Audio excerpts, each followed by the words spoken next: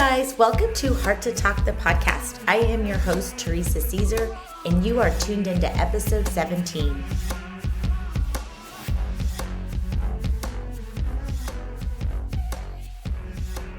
Okay, guys, so I have a couple questions for you. Here's the first one.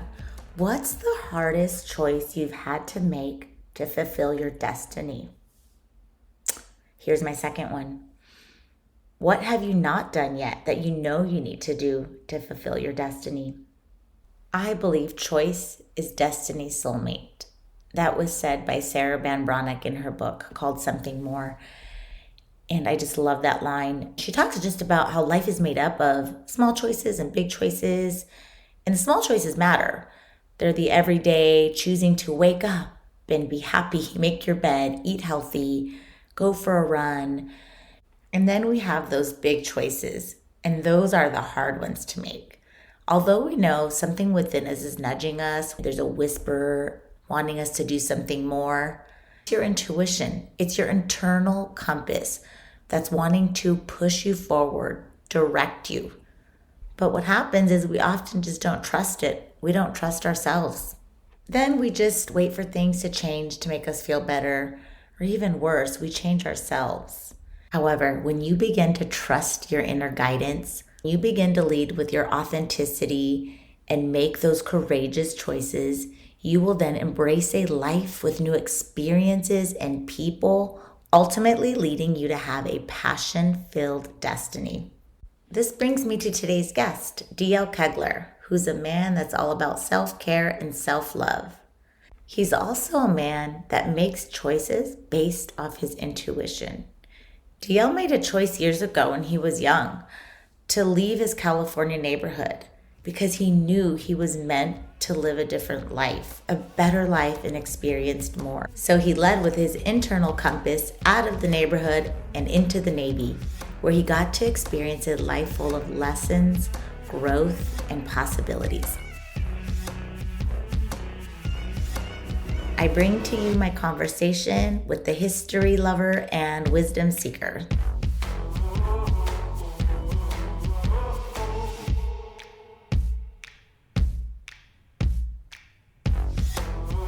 You told me you're the alpha male. So what does that mean for you? Tell me about that. Well, what it means to me is that just being a regular dude, a real person, strong in my beliefs, strong in my opinions.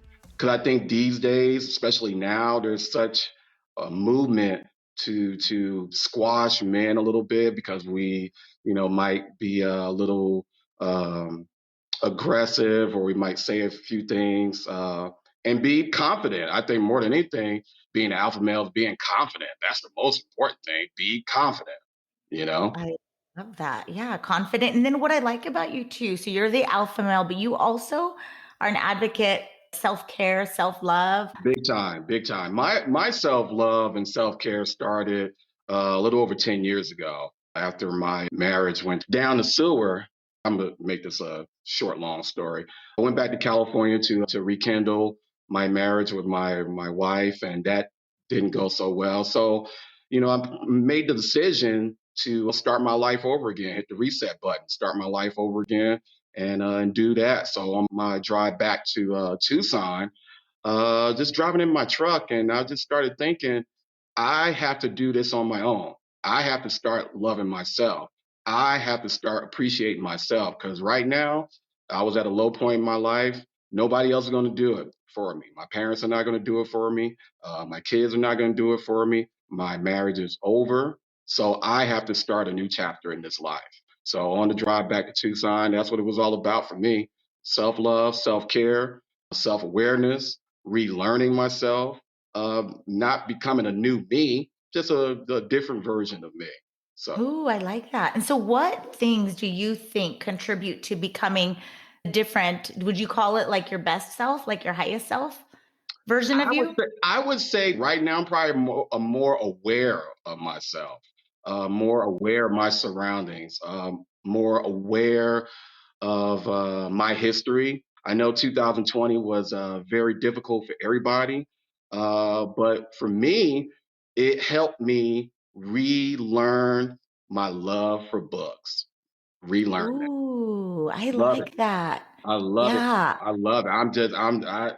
I got 10 and counting right now. Different things, different books, history, finance, everything. Unlearning, relearning other things that I had that's really had no really time for. cool. Yeah. Yeah, so you're able to grow now and Big time. Big yeah. time. I like that you took that opportunity to do that. Okay, so do you wanna talk to us about anything in regards to growing up, family?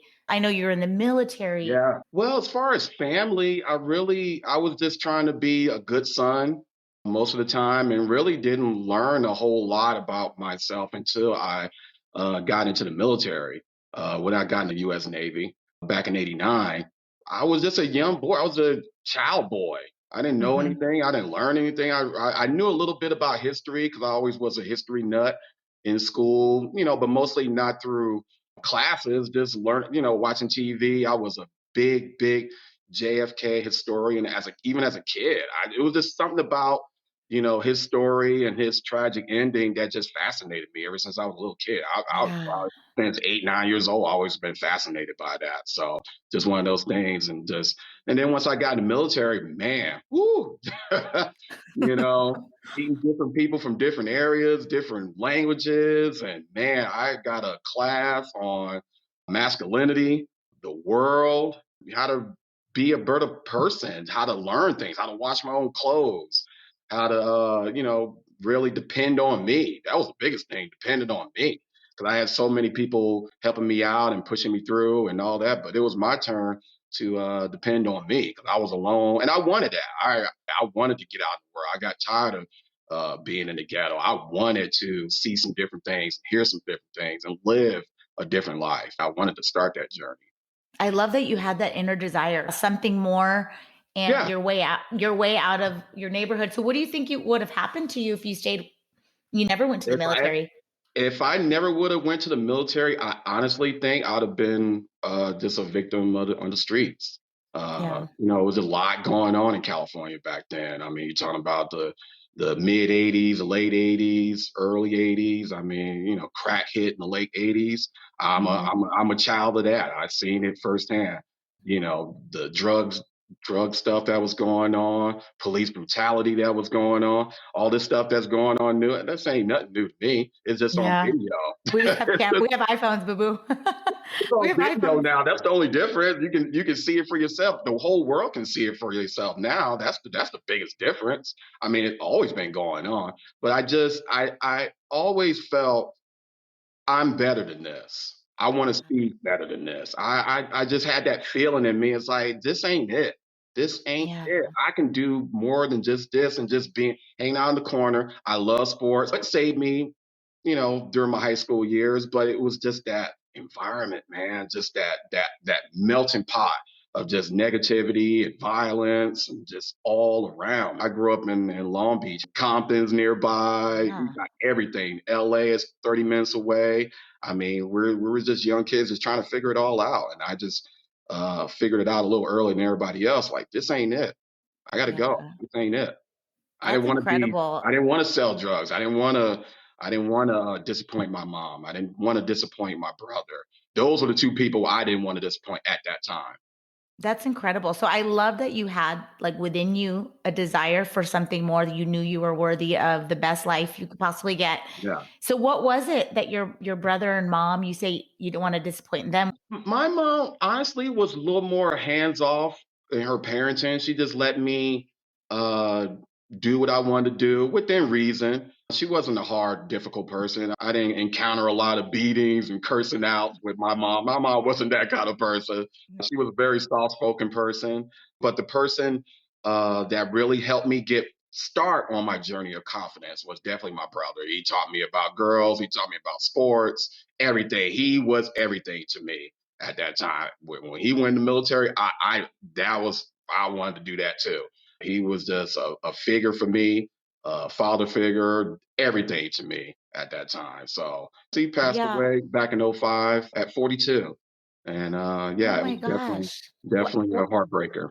I am sorry. No Gosh, worries. that must have been such an impact for you too to like have Big something. time. Big time. It definitely because when he went in the military the first time, that hurt me because it was a 8 year difference in age with us. Hmm. So, and I used to joke with my mom all the time. I was like, "Damn, mom, why you wait so long to have another kid?" She always would Yeah. say, "Just be glad you're here." So I was just that, runny nose, nappy head little brother that tried to do everything he wanted to do, try to be like him, Yeah. wear his clothes, walk like he walked, talk like he talked. He was just one that he was that dude for me. And That's beautiful.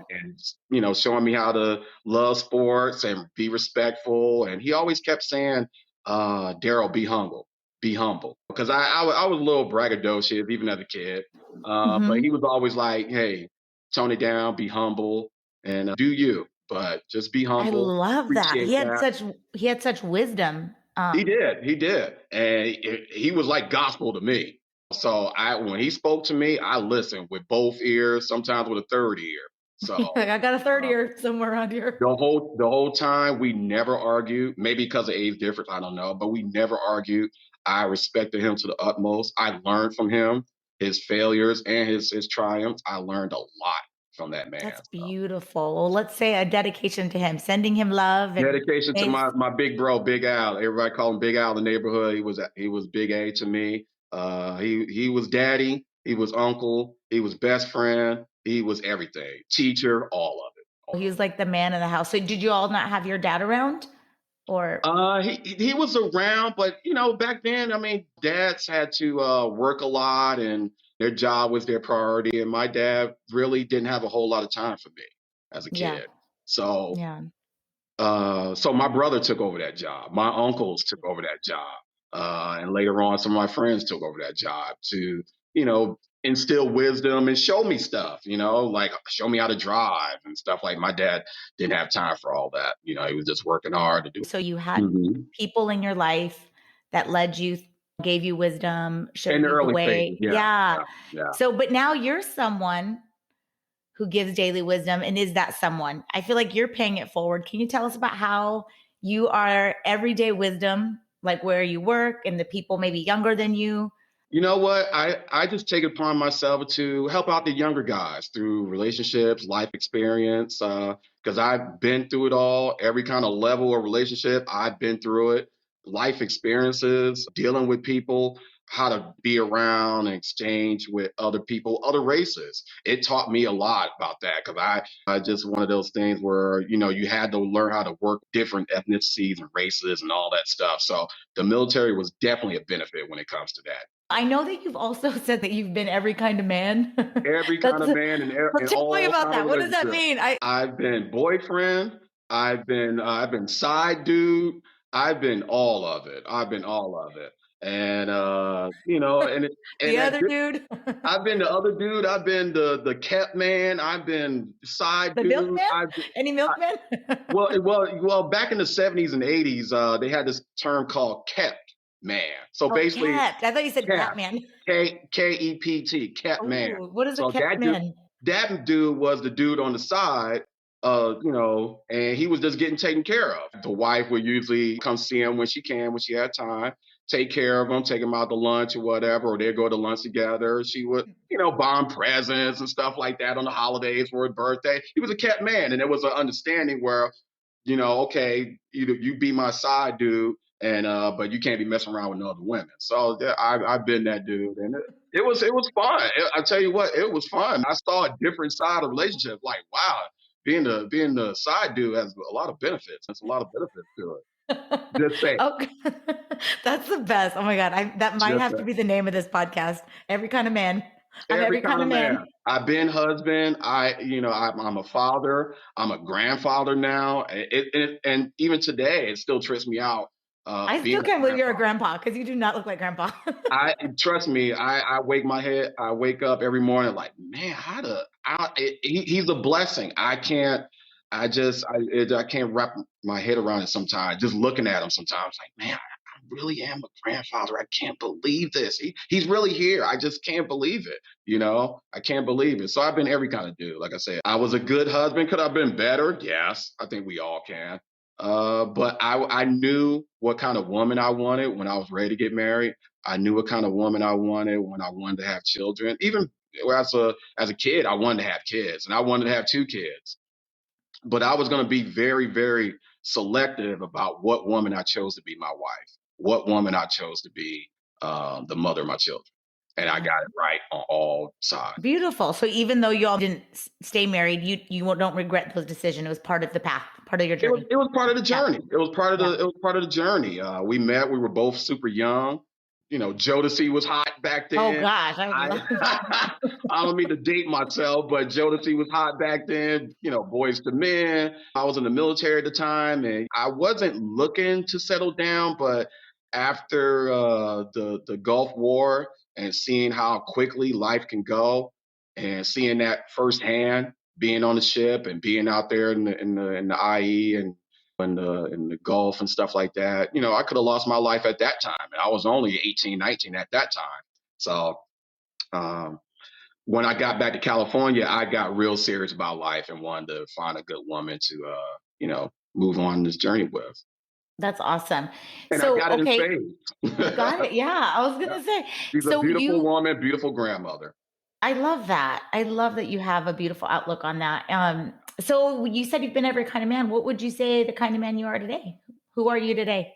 Me today, I would say I'm self-aware. I'm living the free agent lifestyle. I Ooh, love I like I, that. The free agent free lifestyle. agent lifestyle. Yeah, I know it's a shameless plug. It's somebody out there right now. That's one of his monikers right now. But I've adopted that lifestyle for over 10 years now. So, but yeah, free agent lifestyle. That's the way I live. I love my alone time. I love my single being. I love being single. People like, oh, you're single. You ain't lonely. No, I'm not lonely.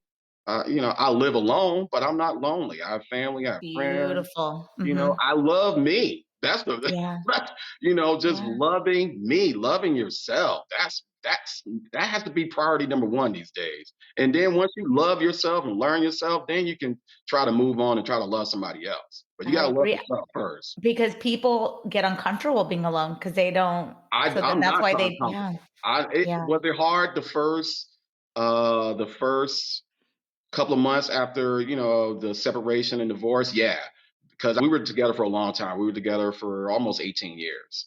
So sleeping in the bed by myself was definitely a head trip, man. It was just something to Yeah. get over with, because I was so used to Yeah. sleeping with her for all those years and stuff, and being in the same bed, having somebody in the same bed, which at the same time, it definitely was an adjustment. I had to get used to that. But once I did, and then after the attempt to reconciliate the marriage and reconcile the marriage, when that failed, then I knew I had to step into a new chapter, new journey, and move on. And I love being single. I'll say it again.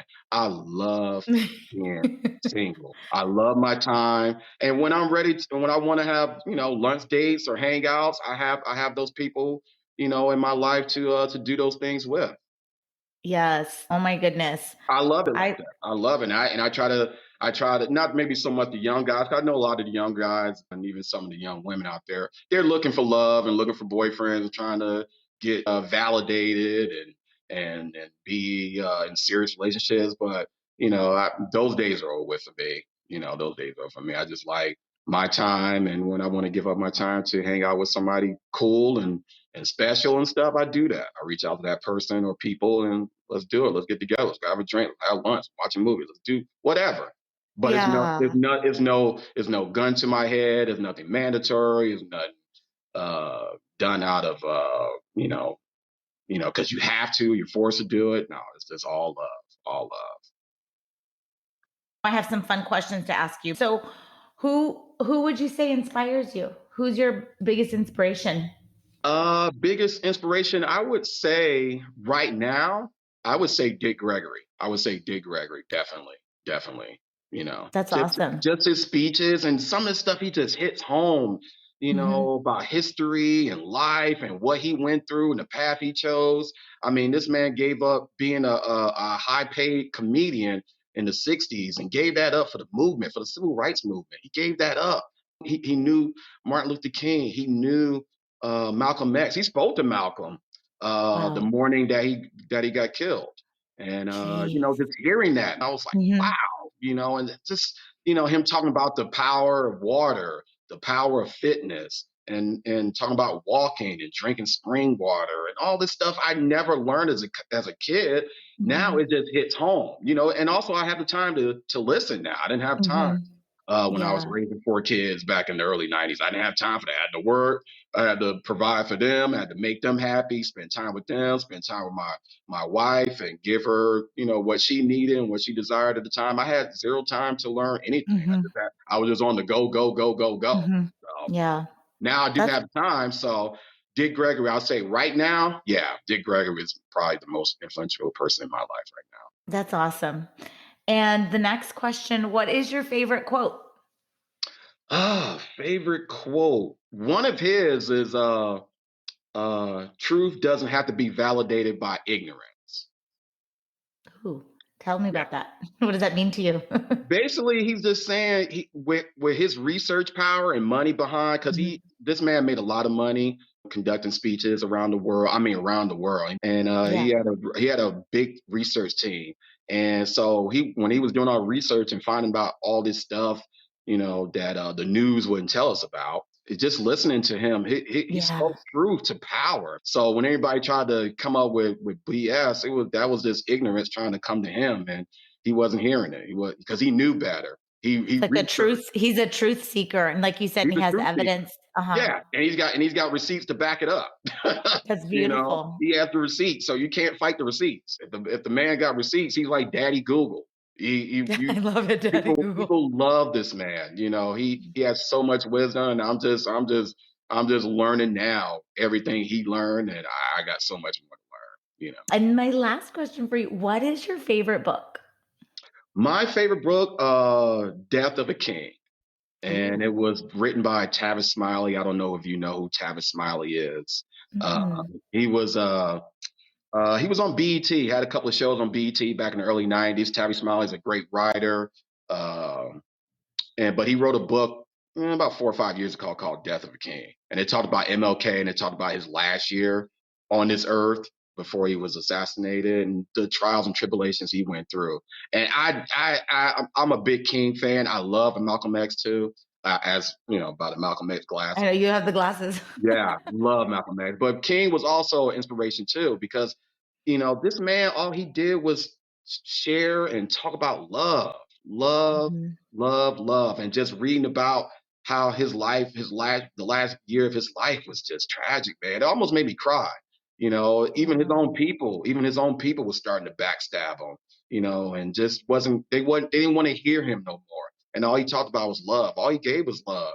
I know I know people, want to, always reference the I have a dream speech, but that wasn't all that wasn't his only famous speech. He had so many more that I've learned through YouTube and Mhm. reading and knowing his Mhm. history and stuff. But that book, Death of a King, definitely was. That I would say 1A. I would say 1B is probably The Untold History of the United States, written by Oliver Stone. And that definitely was a eye opener for me.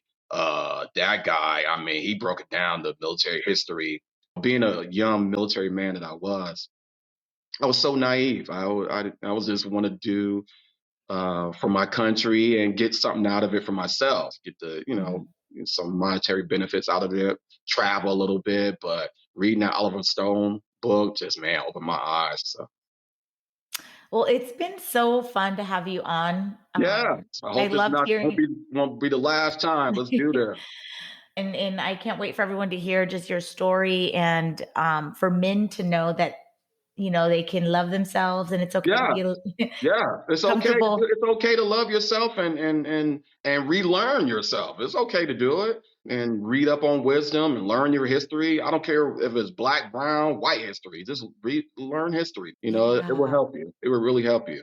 So and the wisdom I'm gaining, I'm just paying it forward and paying it to the young guys at work and just sharing my trials and tribulations, my successes, my failures, my tears and stuff I've learned from different people, just helping them out as best I can because relationships is hard for everybody. I'm trying to, you know, work and try to be a boyfriend and try to be a husband and try and be a father. It pulls you in so many different directions. So I try to help them. If they come to me and ask me, hey, how can you helping, my girl saying this or she's feeling this way or We've been, together for a year or two now. What's next? I'll let them know what's next, what's coming, what's down the road and everything. I give it to them. I don't hold nothing back at all, at all. Yeah, that's Just to beautiful. help them out. Just to help them out.